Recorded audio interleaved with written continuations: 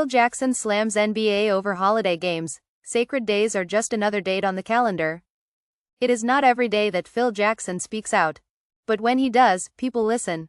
And this Easter Sunday, the legendary NBA coach, yes, the one with 11 championship rings as a coach and 2 as a player, broke his social media silence with a message that turned more than a few heads.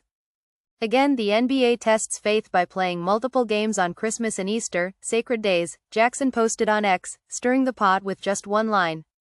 Now, let that sink in for a second.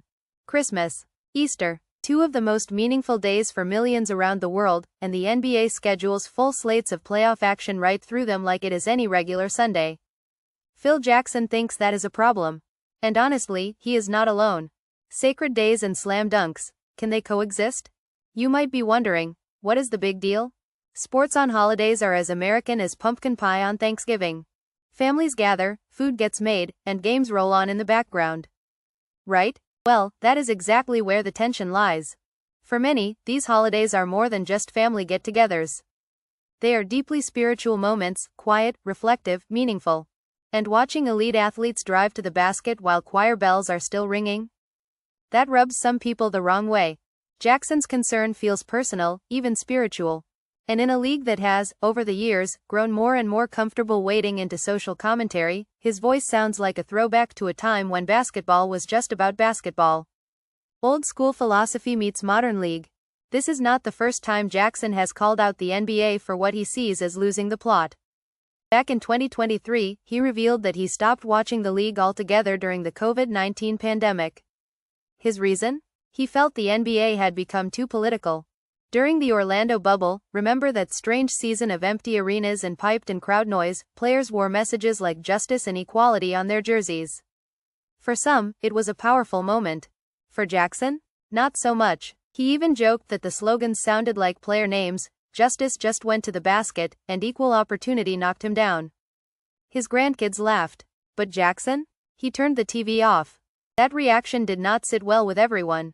Critics called him out for being tone-deaf or resistant to progress. But in Jackson's view, sports should be a space to escape, not another forum for political or cultural messaging. They did not know it was turning other people off, he said at the time. People want to see sports as non-political.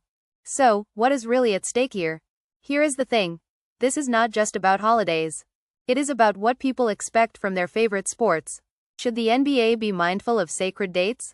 Or are we asking too much from a league that plays nearly year-round and thrives on ratings? Phil Jackson seems to think there is a line, and the NBA has stepped over it. Others argue that the league has a duty to be inclusive, accessible, and relevant to the times. After all, holidays are not celebrated the same way by everyone. In a diverse, global fanbase, how do you decide which days are off-limits? The bigger picture, and the echoes ahead. Jackson's comment comes at a moment when sports and society are more intertwined than ever. From anthem protests to pride nights to political gestures on and off the court, athletes are no longer just performers, they are voices, leaders, even icons of resistance or tradition. So maybe Jackson is not just criticizing a calendar. Maybe he is calling for a pause. A breath. A little space between the slam dunks and the sacred. And maybe, just maybe, he is reminding the league that, for all its buzzer beaters and sold-out arenas, some moments are still bigger than basketball.